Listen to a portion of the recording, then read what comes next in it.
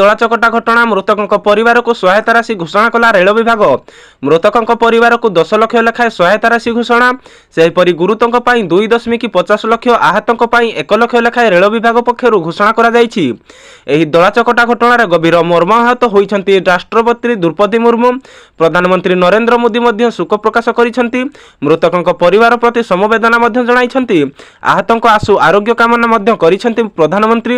ଏହି ଦଳାଚକଟା ଘଟଣାରେ ଉଚ୍ଚସ୍ତରୀୟ ତଦନ୍ତ ନିର୍ଦ୍ଦେଶ ଦେଇଛି ରେଲୱେ ବିଭାଗ। ଗତକାଲି ରାତି ପ୍ରାୟ 10ଟା ବେଳେ ଏହି ଘଟଣା ଘଟିଥିବା ସୂଚନା ମିଳିଛି। ହଠାତ୍ 12, 13 ଓ 14 ନମ୍ବର ପ୍ଲାଟଫର୍ମରେ ଭିଡ଼ ବଢ଼ିବାକୁ ଲାଗିଥିଲା। ଆଜି ରବିବାର ଥିବାରୁ ପ୍ରୟାଗରାଜ ଯିବା ପାଇଁ ଦିଲ୍ଲୀ ଷ୍ଟେସନରେ ପ୍ରବଳ ଭିଡ଼ ଜମିଥିବା କୁହାଯାଉଛି, ଯେଉଁଥିପାଇଁ ଦଳାଚକଟା ପରିସ୍ଥିତି ଉପୁଜିଥିଲା। ଯେଉଁଥିରେ ସୂଚନା ଅନୁସାରେ ଏବେ ସୁଦ୍ଧା 18 ଜଣଙ୍କର ମୃତ୍ୟୁ ହୋଇଥିବା LNGP ହସ୍ପିଟାଲ ପକ୍ଷରୁ କୁହାଯାଇଛି। ଆହୁରି ଅନେକ ଆହତ ହୋଇ ହସ୍ପିଟାଲରେ ଚିକିତ୍ସିତ ହେଉଛନ୍ତି।